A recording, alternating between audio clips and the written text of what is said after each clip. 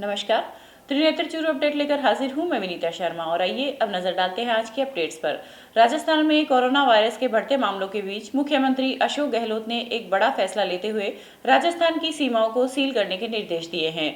मुख्यमंत्री आवास पर हुई इस बैठक में सीएम ने अधिकारियों से कहा है कि राजस्थान में अन्य राज्यों से अनधिकृत लोगों की आवाजाही तुरंत प्रभाव से रोकी जाए।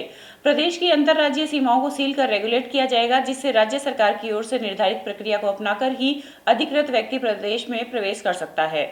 वहीं इस मौके पर गहलोत ने कहा कि अन्य राज्यों से आने वालों को आवागमन की अनुमति केवल भारत सरकार के गृह मंत्रालय की ओर से जारी दिशा निर्देशों का पालना करते हुए दी जाएगी। उन्होंने निर्देशित किया है कि इसके लिए मुख्य सचिव अन्य सभी राज्यों के मुख्य सचिवों को पत्र लिखकर सूचित करे। इसके साथ ही अन्य राज्यों की सरकारों को राजस्थान की सहमति भी लेनी होगी। साथ ही सीएम ने यह भी निर्देशित किया है कि विदेश से आने वाले व्यक्ति जहां भी लैंड करेंगे उन्हें वहीं पर संस्थागत रूप से क्वारंटाइन किया जाएगा। इसके बाद उनका आवश्यक रूप से कोविड टेस्ट किया जाएगा। उन्होंने कहा कि निर्देशों का उल्लंघन करने वालों के खिलाफ एफआईआर भी दर्ज की जाएगी। वहीं मुख्यमंत्री गहलोत के लिए गए निर्णय पर उपनेता प्रतिपक्ष राजेंद्र राठौड़ ने कई सवाल उठाए हैं। देखिए, दोहरी नीति है राज्य सरकार की। एक तरफ राज्य सरकार ने 16 लाख से ज्यादा प्रवासी श्रमिकों का रजिस्ट्रेशन कराया है, दूसरी तरफ राज्य की सीमाएं सील करने का काम किया है। आज राज्य की सीमा सील, संक्रमित व्यक्ति प्रवेश नहीं करे इसके लिए करें, हम उसका स्वागत करते हैं। जिला की सीमा को भी अगर प्रोटोकॉल के अनुसार, हेल्थ एडवाइजरी के अनुसार करें, हम उनका स्वागत करते हैं। परंतु इन सब की आड़ में प्रवासियों का राजस्थान में आने का क्रम को रोक दे, ये दुर्भाग्यजनक होगा। राज्य सरकार द्वारा लगाए गए 2% मंडी शुल्क के विरोध में आज सादुलपुर में जिला परिषद सदस्य कुलदीप पूनिया विरोध करते हुए हरपालू गांव में NH 709 के पास आमरण अनशन पर बैठ गए हैं। इस मौके पर पूनिया ने कहा कि राज्य सरकार द्वारा इन विकट परिस्थितियों में किसानों के साथ अन्याय किया गया है, जो कि बर्दाश्त नहीं किया जाएगा। राज्य सरकार द्वारा जो 2% पे कर की वृद्धि की गई है मंडी शुल्क के रूप में, उसके खिलाफ ये किसान के विरुद्ध बहुत ही असहनीय सिस्टम लगाया गया है। आज किसान ने फसल का उत्पादन किया है, वो मंडी में बेचने जा रहा है और उसको 2% कर की बहुत बड़ी पीड़ा राज्य सरकार दे रही है। इसको बंद करने के लिए सरकार से मांग करने के लिए आम अनशन प्रारंभ किया गया है। वहीं राज्य सरकार द्वारा लगाए गए 2% मंडी शुल्क के विरोध में उपनेता प्रतिपक्ष राजेंद्र राठौड़ ने भी सरकार पर सवाल उठाते हुए कहा है कि जहां केंद्र सरकार किसानों को हर संभव सहायता दे रही है, वहीं राज्य सरकार इन पर अन्याय कर रही है। दुर्भाग्य है कि जब एक और किसान कल्याण के लिए केंद्र सरकार अपनी अनेक योजनाओं से किसान को स्वावलंबित करना चाहती है, ऐसे समय में जजिया कर लगाकर गहलोत सरकार ने किसान के साथ अन्याय किया है, मंडी के व्यापारियों के साथ अन्याय किया है। भारतीय जनता पार्टी ने पहले दिन से इसका विरोध किया है और हमारा पूरा समर्थन है।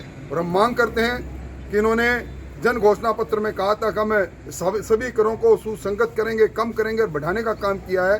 ये दुर्भाग्यजनक है। इस जजिया कर को सरकार वापस ले, ये हमारी मांग है। सामाजिक न्याय एवं अधिकारिता मंत्री मास्टर भंवरलाल मेघवाल ने केंद्र सरकार द्वारा लागू विशेष उत्पाद शुल्क में पेट्रोल पर 10 रुपए व डीजल पर 13 रुपए प्रति लीटर की भारी वृद्धि को आम जन के साथ अन्याय बताया है। उन्होंने कहा कि कोविड-19 की महामारी एवं विकट आपदा के समय आम जन के पास राशन सामग्री एवं अन्य मूलभूत आवश्यकताओं की वस्तुओं का भी संकट उत्पन्न हो गया है। ऐसे समय में पेट्रोल डीजल की दरें बढ़ाना एक दुर्भाग्यपूर्ण निर्णय है। चूरू जिला मुख्यालय के नेचर पार्क में आज प्रतिपक्ष के उपनेता राजेंद्र राठौड़ ने पक्षियों के लिए अन्नपूर्णा अक्षय पात्र योजना का शुभारंभ किया है। इस मौके पर राठौड़ ने कहा कि अन्नपूर्णा अक्षय पात्र योजना में भामाशाहों के सहयोग से इतना अनाज एकत्रित किया गया है कि नेचर पार्क में लगाए गए परिंदे व चुग्गा घर में पक्षियों के लिए पूरे साल तक अनाज की कमी नहीं आएगी। इस अवसर पर जिला प्रमुख हरलाल सहारण, पूर्व जिला अध्यक्ष वासुदेव चावला, नगर मंडल अध्यक्ष सुरेश सारस्वत आदि मौजूद रहे।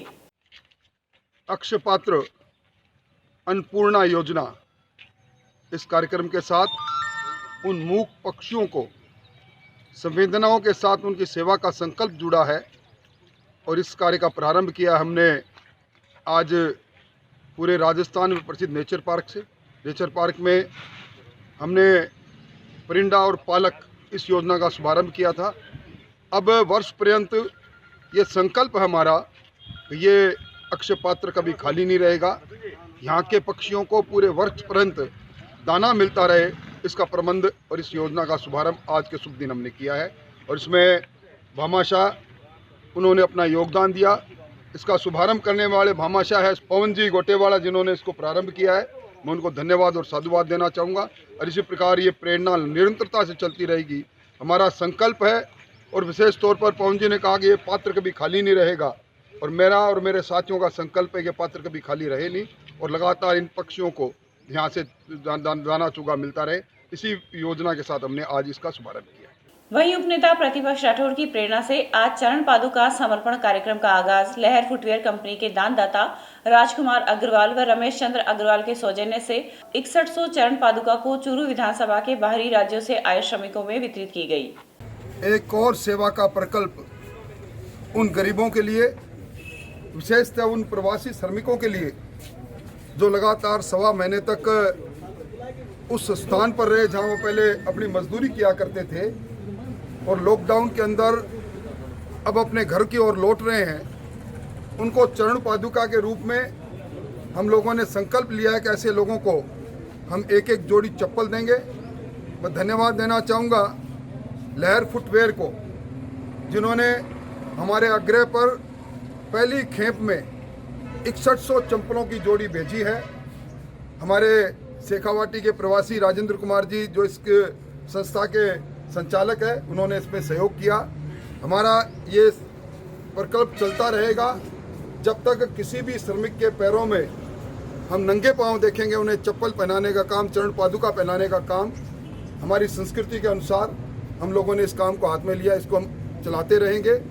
राजल देसर के शिक्षक बाबूलाल तूनगरिया ने आज कोरोना वायरस संक्रमण रोकथाम अभियान के तहत जिला पुलिस अधीक्षक तेजस्विनी गौतम, एडिशनल एसपी योगेंद्र फौजदार व डीवाईएसपी सुखविंदर पाल सिंह को पुलिस जवानों के लिए खास मास्क भेंट किए। पुलिस अधीक्षक एवं अन्य अधिकारियों ने तूनगरिया के इस कार्य की सराहना की और कहा कि जन सेवा की ऐसी भावना निसंदेह अनुकरणीय है। इस अवसर पर जिला शिक्षा अधिकारी संपत राम बारूपाल, राजल देसर पालिका अध्यक्ष गोपाल मारू, पड़िहारा के सरपंच जगदीश सिंह व राम सैनी मौजूद रहे। चूरू के वार्ड नंबर 8 में स्थित शहरी प्राथमिक स्वास्थ्य केंद्र में आज बीसीएमओ डॉक्टर एहसान गोरी के नेतृत्व में सर्दी जुकाम से पीड़ित व बाहर से आए लोगों का कोरोना सैंपलिंग का कार्य किया गया। इस मौके पर प्रभारी चिकित्सक डॉक्टर इमरान गोरी ने बताया कि आरसीएचओ डॉक्टर सुनील जांदू के निर्देशानुसार हमारी स्वास्थ्य विभाग की टीम शहर के प्रत्येक वार्ड में सैंपलिंग व स्क्रीनिंग का कार्य कर रही है। आज शहरी पीएचसी वार्ड नंबर 8 चूरू में सैंपलिंग का कार्य चालू किया गया है। फिर से हमने 1 तारीख को भी किया था, 108 लोगों की सैंपलिंग का कार्य हुआ था। आज जो सैंपलिंग का कार्य चालू है, ये लोग हॉटस्पॉट जोन जितने भी हैं, जैसे जयपुर, अहमदाबाद या महाराष्ट्र कोई साइड से जो लोग बाहर से आ रहे हैं, उन लोगों को चिन्हित करके हम लोग उनकी सैंपलिंग का कार्य कर रहे हैं। राजल देसर में आज पालिका अध्यक्ष गोपाल मारू ने कस्बे में स्थित सभी सरकारी राशन सामग्री की दुकानों का औचक निरीक्षण कर वितरित किए जाने वाली खाद्य सामग्री की गुणवत्ता को चेक किया। इस दौरान पालिका अध्यक्ष ने सभी को सोशल डिस्टेंसिंग सहित सभी एडवाइजरी की पालना का आह्वान किया। साथ ही इस अवसर पर लगभग 300 मास्क का वितरण भी किया गया। आज लगभग कस्बे के हर डीलर के पास इस चीज का सर्वे किया जाएगा कि वहाँ अनियमितता तो नहीं है, लोग लॉकडाउन का पालन कर रहे हैं, गोल घेरे के अंदर है सारे लोग, और इसी के साथ मास्क भी डिस्ट्रीब्यूट किए जा रहे हैं। और सबको ये संदेश दिया जा रहा है या बताया जा रहा है कि बगैर मास्क के कोई भी घर से न निकले, क्योंकि ये कानूनी अपराध घोषित किया जा चुका है सुप्रीम कोर्ट की तरफ से। मेरा सभी से ये आग्रह है, जो बाहर निकलने वाले लोग हैं, रोजमर्रा के काम के लिए जाते हैं या कोई जरूरी सामान या राशन की दुकानों में जाते हैं, उनसे आग्रह है कि सारे लोग मास्क सहित ही निकले। घर से किसी भी कीमत पे जब तक जरूरी काम न निकले, और निकले तो मास्क उनके मुंह पे होना चाहिए। रतनगढ़ में national anti crime and human right counselling of India Rajasthan द्वारा आज फेज 3 के प्रथम दिन राशन वितरण के साथ साथ बेजुबान पक्षियों के लिए शहर में समाज सेवी बाबूलाल कम्मा द्वारा लगभग 2300 किलो हरी सब्जियों की व्यवस्था टीम सुनील कम्मा के नेतृत्व में की गई। अब वक्त हो चुका है एक अंतराल का। अब गर्मी में क्यों होना है परेशान, जब खुल चुकी है आपकी अपनी कूलर की दुकान। तो चले आइए हरी इलेक्ट्रॉनिक्स और ले जाइए अपना मनपसंद कूलर और पाइए गर्मी से राहत। हमारे पास कूलर की विशाल रेंज उपलब्ध है, वो भी वाजिब दामों में। तो देर किस बात की, चले आइए हरी इलेक्ट्रॉनिक्स। हमारी विशेषताएं: होम डिलीवरी के साथ साथ कूलर के सभी प्रकार के स्पेयर पार्ट्स, घास और हनीकॉम उपलब्ध है। वहीं रिपेयरिंग हेतु होम डिलीवरी की सुविधा मुहैया करवाई जाती है। हमारा पता हरी इलेक्ट्रॉनिक्स, बैंक ऑफ बड़ौदा के सामने, पुरानी सड़क, चूरू। संपर्क करें भास्कर अग्रवाल। अंतराल के बाद फिर से स्वागत है। वैश्विक महामारी कोरोना की जंग में योद्धा बनकर एनसीसी के कैडेट्स भी अपनी सेवा दे रहे हैं। आपातकालीन स्थिति में पुलिस उच्चाधिकारियों के आह्वान पर रतनगढ़ में 8 एनसीसी कैडेट्स निःशुल्क अपनी सेवा देने के लिए आगे आए। वहीं अब सभी कैडेट्स पुलिस के साथ कंधे से कंधा मिलाकर पिछले 1 माह से रोज 10 घंटे की ड्यूटी दे रहे हैं। इस दौरान ये कैडेट्स लोगों को मुंह पर मास्क लगाने, सोशल डिस्टेंसिंग के प्रति जागरूक करने के साथ साथ बैंकों के आगे लगने वाली लाइनों को व्यवस्थित करने एवं ट्रैफिक व्यवस्था में अपना सहयोग दे रहे हैं। सर, हमें बहुत अच्छा महसूस हो रहे हैं। और सर, जहाँ तक बात है, ये महामारी पूरे विश्व में बहुत भयानक रूप से फैली हुई है और हमें खुशी की बात है कि हमें इसमें योगदान देने का मौका मिला है। हम एनसीसी कैडेट निस्वार्थ भाव से इसमें अपना योगदान दे रहे हैं और हमें खुशी है। रतनगढ़ में बिजली लाइनों के रखरखाव का कार्य करते समय कर्मचारियों के करंट लगने की घटनाएं थमने का नाम ही नहीं ले रही है। बीते 2 दिनों में करंट की चपेट में आने से 2 कर्मचारी गंभीर रूप से घायल हो गए, जिनका उपचार बीकानेर में चल रहा है। घटना के अनुसार आज बीदासर के सोनियासर निवासी 23 वर्षीय मुन्नीराम जाट रतनगढ़ के 220 केवी जीएसएस पर अपने साथियों के साथ काम कर रहा था कि अचानक 220 केवी बिजली लाइन का तार टूटकर रस्सी के सहारे लटक रहे तार पर गिर गया, जिससे मुन्नीराम करंट की चपेट में आ गया। कोरोना वैश्विक महामारी के समय जहां एक तरफ प्रशासनिक अधिकारियों, कर्मचारियों, चिकित्सकों, शिक्षकों सहित शासन प्रशासन से जुड़े लोग पूरे समर्पण के साथ कर्तव्यों के निर्वहन में जुटे हुए हैं, वहीं भामाशाह दानदाता भी सहयोग कर संकट के समय ताकत दे रहे हैं। इसी क्रम में सरदार शहर के वैद्य मदन लाल सैनी ने आज पीएम केयर फंड के लिए 1 लाख रुपए का चेक जिला कलेक्टर संदेश नायक को प्रदान किया। सैनी ने बताया कि वे पंडित श्रीराम शर्मा के विचारों से प्रभावित होकर यह राशि दान कर रहे हैं। वहीं रतनगढ़ के गोविंद प्रसाद माली के आर्थिक सौजन्य से आज एनएसयूआई के पूर्व प्रदेश सचिव कैलाश सैनी व यूथ कांग्रेस विधानसभा अध्यक्ष मनीष सैनी के द्वारा बीसीएमएचओ डॉक्टर एहसान गौरी को स्क्रीनिंग के लिए इंफ्रारेड थर्मामीटर भेंट किया। इस पर डॉक्टर एहसान गौरी ने सभी का आभार व्यक्त किया। जिले में दूसरे प्रदेशों से लौटे व्यक्तियों द्वारा होम क्वारंटाइन तथा संबंधित गांव में बनाए गए क्वारंटाइन का पालन नहीं किए जाने पर उन्हें दूरस्थ स्थानों के लिए क्वारंटाइन केंद्रों में भेजा जाएगा। जिला कलेक्टर संदेश नायक के निर्देशानुसार बुधवार शाम आयोजित वीडियो कॉन्फ्रेंसिंग में अतिरिक्त जिला कलेक्टर रामरतन सोकरिया ने सभी उपखंड अधिकारियों को इस संबंध में निर्देश जारी किए। चूरू पुलिस, फिल्म स्थान और संप्रीति संस्थान की ओर से जारी ऑनलाइन लाइव चैट सेशन श्रृंखला में आज कोरोना को हराने वाली डॉक्टर सुशीला कटारिया ने जिले वासियों से जनसंवाद किया। डॉक्टर कटारिया वर्तमान में मेदांता अस्पताल गुरुग्राम की इंटरनेशनल मेडिसिन विभाग की प्रमुख व कोरोना संक्रमित यूनिट की प्रभारी है। उन्होंने अब तक अस्पताल में 75% रोगियों को ठीक कर दिया है। नमस्कार, थैंक यू वेरी मच आप सबका मेरे साथ जुड़ने के लिए। मेरा नाम है डॉक्टर सुशीला कटारिया। मैं मेदांता द मेडिसिटी में मेडिसिन विभाग में डायरेक्टर और हेड के पद पर काम करती हूँ। आज हम सब एक बहुत बड़ी महामारी से जूझ रहे हैं, जिसका नाम है कोविड-19 या कोरोना वायरस से होने वाली बीमारी।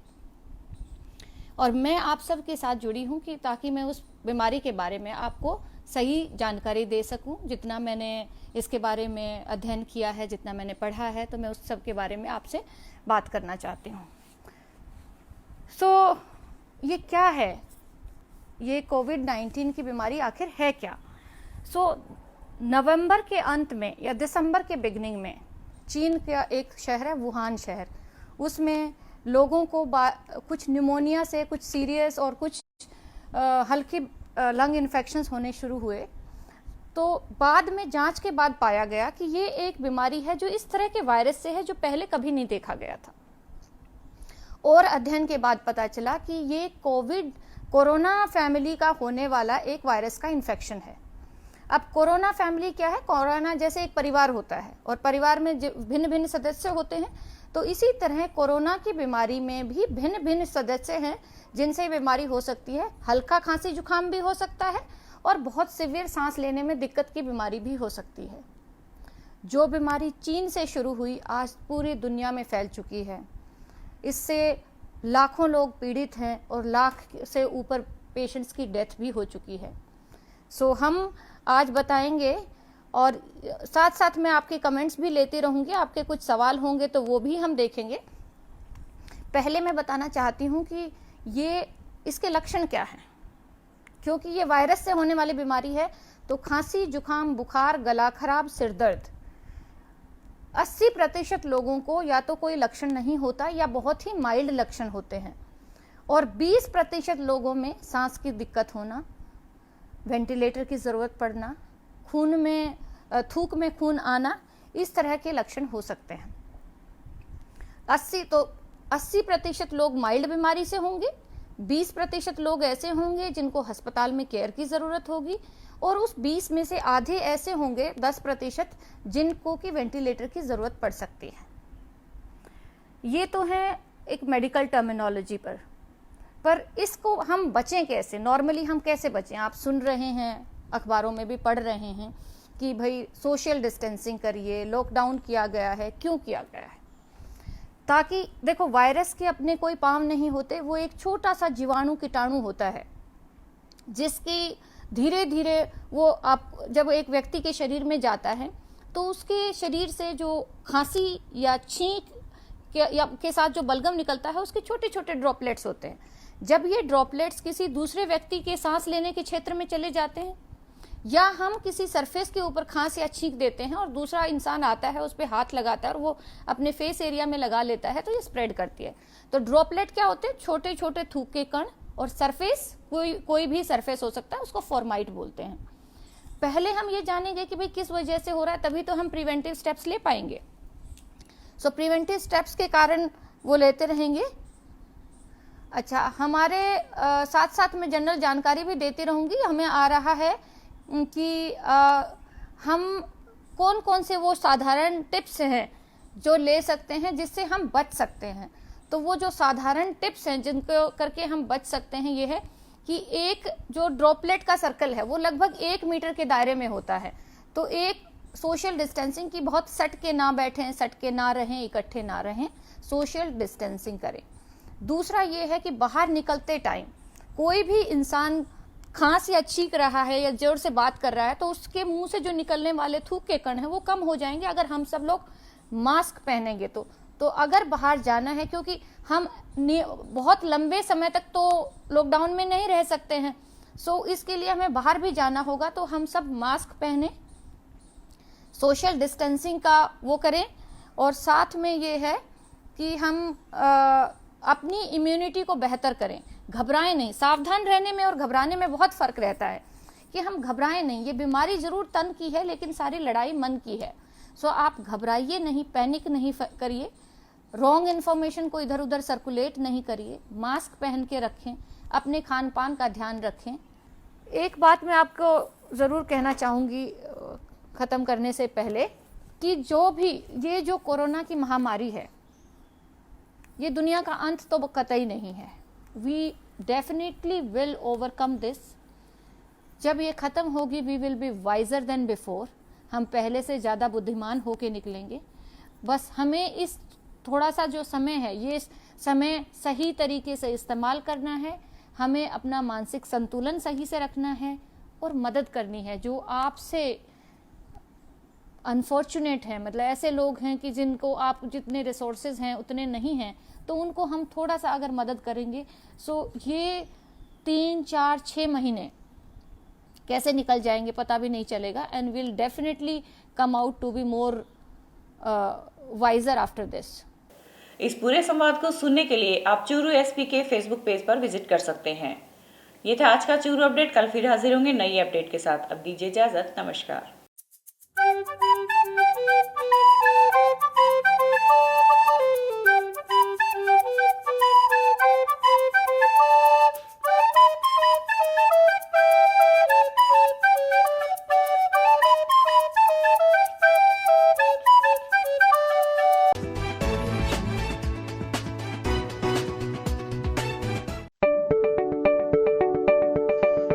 अब गर्मी में क्यों होना है परेशान, जब खुल चुकी है आपकी अपनी कूलर की दुकान।